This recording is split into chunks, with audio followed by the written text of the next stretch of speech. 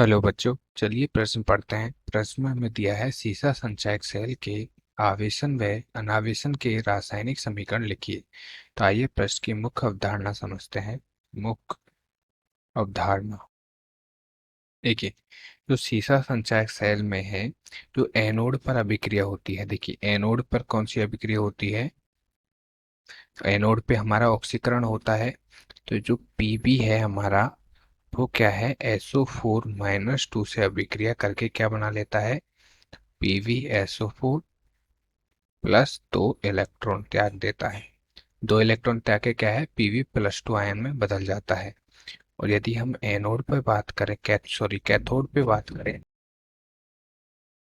Cathode पर क्या होता है, जो PvO2 है, ये 4 proton H plus plus SO4 - 2 plus 2 electron,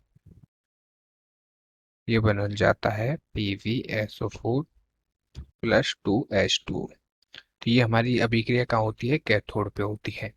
तो देखिए, इसकी सेल अभिक्रिया हम लिखते हैं।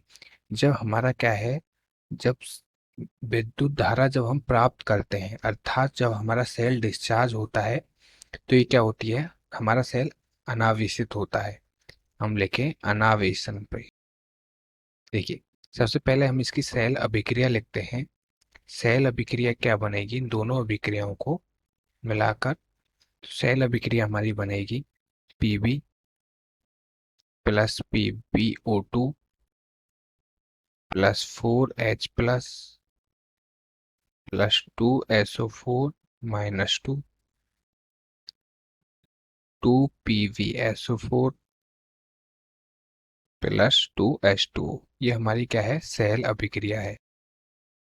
सेल अभिक्रिया। अब जब हमारा क्या है, सेल जब क्या होगा, अनावेशित होगा। अनावेशित होने पर,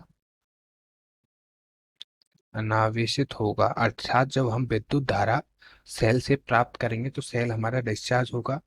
तो सेल जब डिस्चार्ज होगा, तो दोनों इलेक्ट्रोड पे क्या बनेगा, PvSO4 बनेगा। और हमारी जो अभी समीकरण क्या होगा, ये डिस्चार्ज होगा तो हमारा यही समीकरण होगा।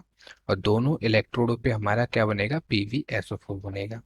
और जब हम सेल को आवेशित करेंगे, आवेशित करने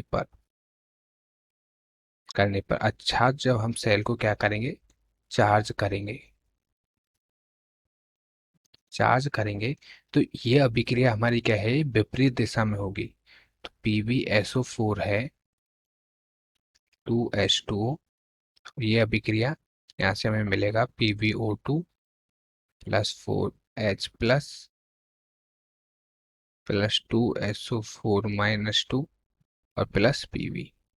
तो यही अभिक्रिया हमारी क्या है, विपरीत दिशा में होगी। तो यहाँ पे सेल क्या हो रहा है, चार्ज हो रहा है, चार्ज हो रहा है, या फिर हम बोले आवेशित हो रहा है। तो आशा करता हूँ आपको पहले समझ में आया होगा। धन्यवाद।